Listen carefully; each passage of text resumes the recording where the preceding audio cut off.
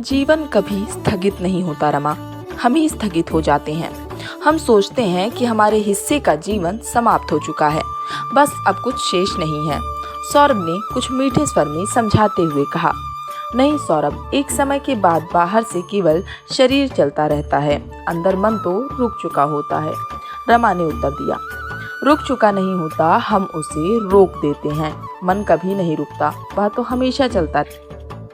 सौरभ ने फिर समझाने की कोशिश की, तुम कुछ भी कह सकते हो, तुम लेखक हो, शब्दों से खेलते रहे हो, मैं तो शिक्षक रही हूँ। मेरे लिए गरिमा, मर्यादा जैसे शब्दों का आज भी बहुत महत्व है।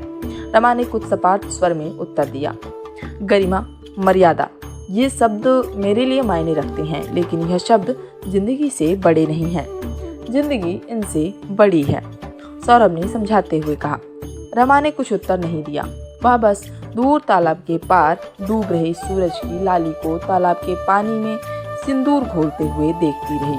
तुम्हें देखकर लगता नहीं है कि तुम वही रमा हो, नटखट चुलबुली रमा, जिसकी शरारतों से पूरे मोहल्ले की नाक में दम रहता था।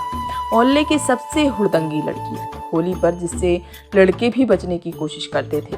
सौरभ ने रमा को एकटक क्षितिज की तरफ देखते हुए देखा तो धीमे से कहा, होलियां बीत जाती हैं सौरभ, सबके जीवन की होलियां बीत जाती हैं। असल में समय ही सब कुछ होता है, हम कुछ नहीं होते।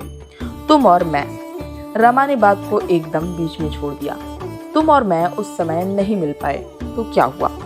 अब उस अधूरी कहानी को पूरा करने उम्र के इस पड़ाव पर शायद फिर मिले हैं हम। सौरभ ने कुछ मीठे स्वर में कहा। रमा और सौरभ दोनों 65 की उम्र के आसपास हैं।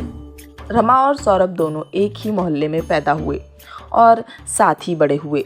बचपन और जवानी का समय साथ ही बिताया दोनों ने, और फिर प्रेम की उम्र में प्रेम भी दोनों में हुआ, मगर वह प्रेम कहानी अधूरी रह गई। वह समय ऐसा नहीं था कि समाज प्रेम कहानियों को सहजता से लेता या स्वीकार करता।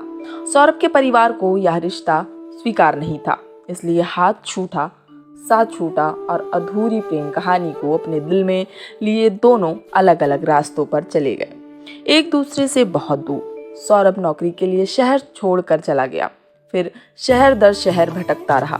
जीवन में अधूरे प्रेम की कसक लिए अकेला ही रहा। उसी अधूरे प्रेम ने उसे लेखक बना दिया। रिटायरमेंट के बाद भी कुछ साल प्राइवेट सेक्टर में जॉब किया उसने। हालांकि पेंशन मिलती थी, मगर अपने को व्यस्त रखने के लिए जॉब किया। फिर एक दिन जॉब छोड़ दिया और सब कुछ छोड़कर अपने पुराने शहर आ गया, पैतृक घर, अपने पुराने मोहल्ले में। अधूरा गया था, अधूरा ही लौटा। रमा का जीवन भी एकाकी बीता है। पिता के जल्दी चले जाने के बाद परिवार के लिए उसे नौकरी करनी पड़ी, और फिर बहनों तथा भाई का दायित्व पूरा करने में उसका अपना संसार बस ही नहीं पाया। जब दायित्वों को पूरा कर सिर उठाकर देखा तो उम्र बीत चुकी थी। शिक्षक के रूप में शुरू हुआ सफर प्रिंसिपल के रूप में समाप्त हुआ। सौरभ का तो शहर छूट गया, लेकिन रमा का नहीं छूटा। उसी शहर, उसी मोहल्ले में उम्र बीती है उसकी। रिटायरमेंट के बाद जो भी पैसे मिले उससे एक वृद्धाश्रम खोल लिया। तब से यही है, अपनी पूरी पेंशन इसी काम पर लगा देती है। सुख दुख बार त्योहार पर भाई के परिवार के पास जाती है, अपने पुराने मोहल्ले फिर लौट आती है वापस अपने वृद्धाश्रम में। सौरभ जब वापस शहर लौटा तो रमा से मिलने वृद्धाश्रम पहुंचा।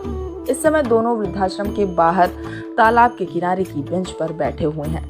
होली रंग का त्योहार नहीं है सौरभ, होली एक समय का त्योहार है, उम्र के एक खास पड़ाव का त्योहार, जब जीवन सपनों के, प्रेम के और ना जाने कितने देखे अनदेखे रंगों में डूबा होता है। उस खास पड़ाव पर ही रंग अच्छे लगते हैं। फिर उसके बाद तो रमा ने बात को एक बार फिर अधूरा छोड़ दिया। नहीं रमा, तुमने अपने आप को ही स्थगित कर लिया है। समय नहीं बीतता है, हम बीतते हैं, और हम तभी बीतते हैं जब हम बीतने को स्वीकार कर लेते हैं। सौरभ ने एक बार फिर प्रयास किया। मैंने बीतने को स्वीकार नहीं किया, तभी तो यह आश्रम खुला है। रमा ने कुछ दृढ़ स्वर में उत्तर दिया। किससे झूठ बोल रही हो रमा?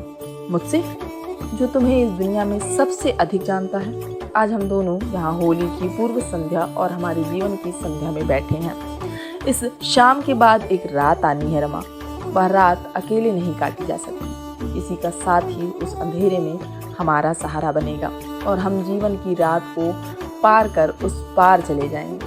सौरभ, मेरा प्रेमी अब लेखकों की तरह बात करने लगा है। रमा ने कुछ हंसते हुए कहा। नहीं, लेखक तुम्हारे प्रेमी की तरह बात करने लगा है। सौरभ ने भी मुस्कुराते हुए उत्तर दिया।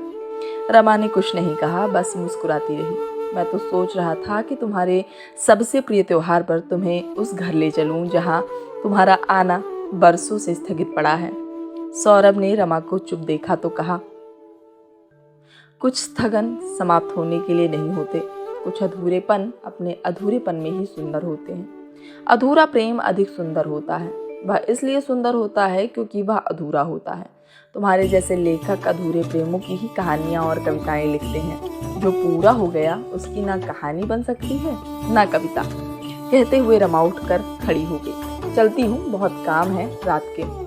कहते हुए रमा ने मुस्कुराकर हाथ हिलाया और वृद्धाश्रम की तरफ बढ़ गई। सौरभ उसे जाते हुए चुपचाप बैठा देखता रहा। फिर कुछ देर बाद उठकर अपने रास्ते चला गया। अगले दिन सौरभ की नींद घंटी की आवाज से खुली। उसने आंखें मलते हुए दरवाजा खोला तो गुलाल का एक झोंका सा आया और उसे रंगीला करता हुआ गुजर गया। रंग का गुब्बार छटा तो सौरभ ने देखा रमा खड़ी है। होली है सूर्य बाबू, होली है। लगता है सो ही रहे थे अभी तक। रमा ने कुछ हंसते हुए कहा। सौरभ बस ठगा सा खड़ा उसे देखता रहा। बरसों पहले इसी नाम से बुलाती थी रमा सौरभ को। अंदर आने को नहीं कहोगे सूर्य बाबू? कहते हुए रमा खुद ही सौरभ को हटाते हुए घर के अंदर आ गई। तुम? सौरभ अभी भी अचरज में डूबा है। उसका चेहरा और सफेद बाल गुलाल के रंग में रंग गए हैं। हाँ मैं? तुमने कल कहा था ना कि तुम चाहते हो कि मैं होली के दिन तुम्हारे घर आऊं। मैं आ गई, रमा ने कुर्सी पर बैठते हुए कहा। मतलब तुम? सौरभ ने कुछ अटकते हुए कहा। कोई मतलब नहीं, एक प्रस्ताव लेकर आई हूँ तुम्हारे लिए। कहते हुए रमा ने अपना पर्स खोलकर उसमें से एक लिफाफा निकालकर सौरभ की तरफ बढ़ाया। हमारे वृद्धाश्रम में मैनेजर का पद बरसों से खाली है। तुम वैसे भी अभी निठल्ले हो, आ जाओ ज्वाइन कर लो। निठल्ला? मैं? लगता है होली चढ़ गई है तुम्हारे सिर पर, सौरभ ने लिफाफा हाथ में लेते हुए कहा। लिफाफा खोलकर सौरभ उसके अंदर रखा कागज निकालकर पढ़ने लगा। पढ़ते हुए रुककर सौरभ ने रमा की तरफ देखा। यही पूछना चाह रहे हो ना कि सैलरी के बारे में कुछ नहीं लिखा है नियुक्ति पत्र में? तो सुनो, सैलरी मिलेगी नहीं बल्कि देनी पड़ेगी। तुम्हें जो पेंशन मिलती है उसका आधा वृद्धाश्रम को देना होगा हर। रमा ने मुस्कुराते हुए कहा। अच्छी जबरदस्ती है, काम भी करो और पैसे भी दो, सौरभ ने मुस्कुराते हुए कहा। ऐसा ही समझ लो, जबरदस्ती है। हुड़दंगी लड़की से प्रेम करने का कुछ तो हर्जाना देना पड़ेगा, रमा ने हंसते हुए उत्तर दिया। रमा, सौरभ ने गहरी आवाज में कहा ही था कि रमा ने हाथ के इशारे से उसे रोक दिया। कुछ मत कहो सौरभ, इस होली से एक नई शुरुआत करते हैं। तुम आओगे तो मुझे ताकत मिलेगी। तुमने कल कहा था ना कि जीवन अब शाम से रात की तरफ बढ़ रहा है। इस रात में तुम साथ रहोगे तो यह अच्छे से कट जाएगा, मगर यह साथ रेल की पटरियों की तरह ही रहेगा, साथ भी और दूरी भी, रमा ने कुछ भावुक स्वर में कहा। सौरभ ने कुछ नहीं कहा, बस रमा को देखता रहा। चलती हूँ भाभी, रास्ता देख रही होंगी। तुम भी फ्रेश होकर आ जाओ इधर, गरम गरम गुजिया खिलाते हैं आज तुमको। कहते हुए रमा दरवाजे की तरफ बढ़ गई। दरवाजे पर पहुंचकर रमा ठिठकी और पलटकर बोली। दो अधूरेपन मिलकर एक पूर्णता नहीं बनाते सौरभ। ये पंक्तियां तुम्हारी ही है ना? हुआ जो भी मुकम्मल मर गया वो, अधूरे प्रेम सदियों से हरे हैं। कहकर रमा पलटी और दरवाजे से बाहर चली गई। सौरभ स्तब्ध खड़ा दरवाजे की तरफ देख रहा है।